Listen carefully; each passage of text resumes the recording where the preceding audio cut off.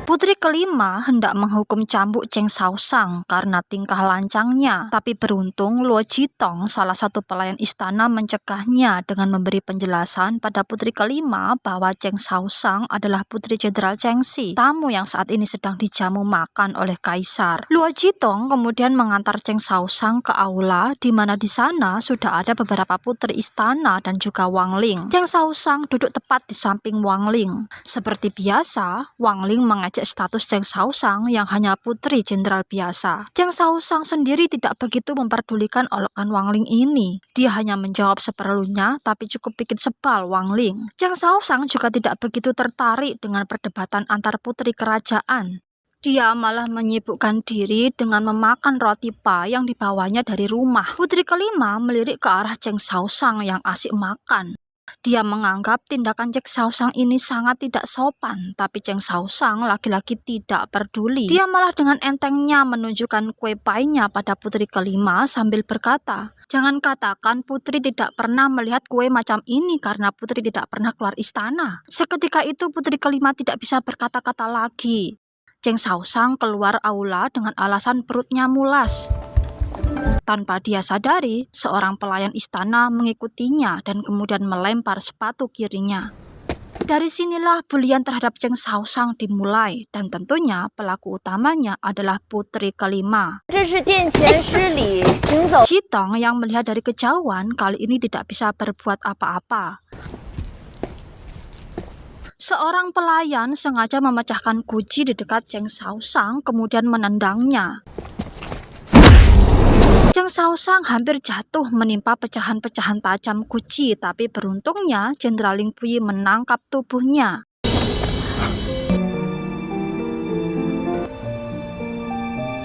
Jenderal Lin Puyi kemudian mendudukkan Cheng Shaoshang dan memasangkan sepatu kirinya.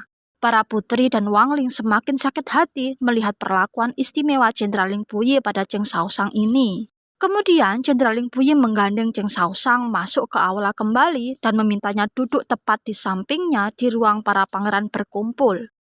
Para putri tambah terkejut melihat hal ini. Kedua orang tua Cheng Shaoshang yang datang bersama dengan kaisar juga tak kalah terkejut.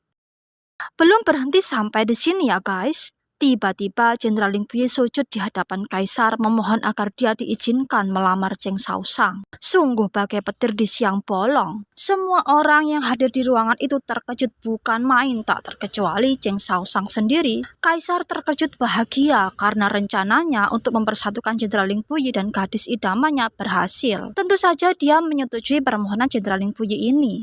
Berbeda dengan kaisar, Nyonya Yuani langsung menolak pertunangan ini. Dia beralasan putrinya yang tidak tahu sopan santun, kasar dan licik sangat tidak cocok dengan Jenderal Lin Puyi yang seorang keluarga kerajaan dan menyandang nama baik karena jasanya untuk negara.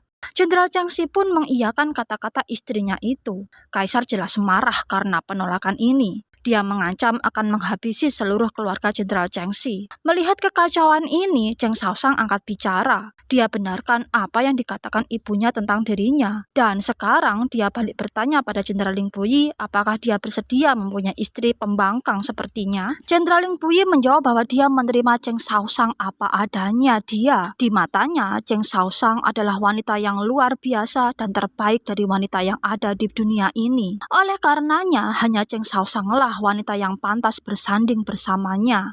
Mendengar jawaban Jenderal Lin Puyi ini, Cheng Shaoshang cukup terkesima karena tak menyangka bahwa justru orang yang dibencinya lah yang mampu memahaminya dan menerimanya. Dengan penuh keyakinan, Cheng Shaoshang pun menerima pinangan Jenderal Lin Puyi. Kaisar akhirnya tertawa lega, begitu juga dengan Jenderal Lin Puyi yang memperlihatkan senyum tipis di wajahnya. Cheng Shaoshang sendiri hanya bisa tertunduk, tak berani menatap Jenderal Lin Puyi, apalagi sang ibu.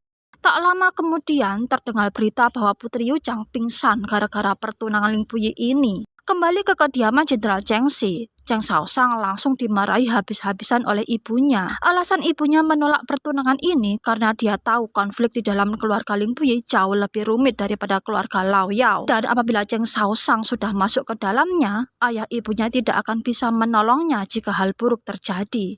Cheng Shaoshang masih belum bisa memahami jalan pikiran ibunya ini. Yang dia pahami adalah dia selalu salah memilih calon suami. Dulu ketika dia memilih Layao, ibunya selalu mengungkit tentang Ling Puyi. Sekarang giliran Jenderal Ling Puyi sudah meminangnya, ibunya masih menyalahkannya. Jenderal Cheng Xie menjelaskan lebih lanjut jika Jenderal Ling Puyi mempunyai ibu tiri yang merupakan orang terdekat Putri Ruyang, nenek dari Putri Yu Chang.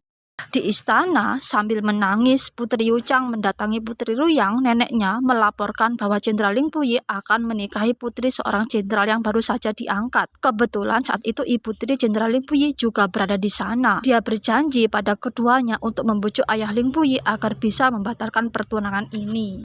Nyonya Yuan Yi kembali menasihati Cheng Shaoshang. Dia mengatakan bahwa Ling Puyi jauh berbeda dengan Lao Yao. Dia orangnya keras. Dia akan melakukan apa yang dia mau. Cheng Shaoshang sendiri juga keras. Lalu, jika terjadi masalah, siapa yang mau mengalah? Dia menambahkan pernikahan adalah hal yang sulit dan dijalani seumur hidup. Jangan sampai Cheng Shaoshang memilih pasangan yang salah.